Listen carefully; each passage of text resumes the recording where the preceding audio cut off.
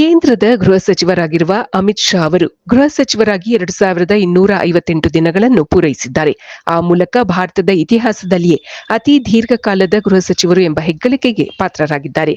ಗೃಹ ಸಚಿವರಾಗಿ 2256 ದಿನಗಳನ್ನು ಪೂರೈಸಿದ್ದ ಬಿಜೆಪಿಯ ಹಿರಿಯ ನಾಯಕ ಲಾಲ್ ಕೃಷ್ಣ ಅಡ್ವಾಣಿಯವರ ದಾಖಲೆಯನ್ನು ಮುರಿದಿದ್ದಾರೆ ಅಮಿತ್ ಶಾ. ಅತ್ಯಂತ ದೀರ್ಘಕಾಲದ ಸೇವೆ ಸಲ್ಲಿಸಿರುವುದಕ್ಕೆ ಅಮಿತ್ ಶಾ ಅವರಿಗೆ ಪ್ರಧಾನಿ ನರೇಂದ್ರ ಮೋದಿ ಅವರು ಅಭಿನಂದನೆ ಸಲ್ಲಿಸಿದ್ದಾರೆ. ಇಂದು ನಡೆದ ಎನ್ಡಿಎ ಮೈತ್ರಿಕೂಟದಲ್ಲಿ ಪ್ರಧಾನಿಗಳು ಅಮಿತ್ ಶಾ ಅವರನ್ನು ಅಭಿನಂದಿಸಿದ್ದಾರೆ.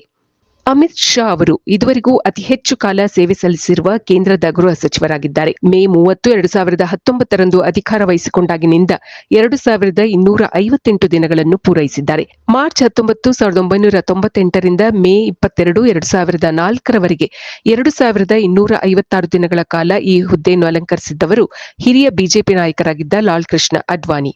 ಅವರ ಅಧಿಕಾರ ಅವಧಿಯನ್ನು ಕೂಡ ಅಮಿತ್ ಶಾ ಮೀರಿಸಿದ್ದಾರೆ.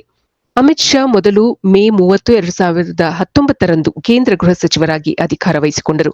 ಜೂನ್ 9, 2024ರವರೆಗೆ ಆ ಹುದ್ದೆಯಲ್ಲಿ ಮುಂದುವರೆದರು. ಹೊಸ ಸರ್ಕಾರ ರಚನೆಯಾದ ನಂತರ ಜೂನ್ 10, 2024 ಮತ್ತೆ ಅಧಿಕಾರ ವಹಿಸಿಕೊಂಡರು. ಗೃಹ ಸಚಿವಾಲಯದ ಜೊತೆಗೆ ಅವರು ಕೇಂದ್ರ ಸಹಕಾರ ಸಚಿವರಾಗಿಯೂ ಕೂಡ ಸೇವೆ ಸಲ್ಲಿಸುತ್ತಿದ್ದಾರೆ. ಇದು ಈ ದಿನದ ಸುದ್ದಿ. ನಿರಂತರ ಸುದ್ದಿಗಳಿಗಾಗಿ ವೀಕ್ಷಿಸುತ್ತಿರಿ ಜೀನಿ ನ್ಯೂಸ್. ನಮಸ್ಕಾರ.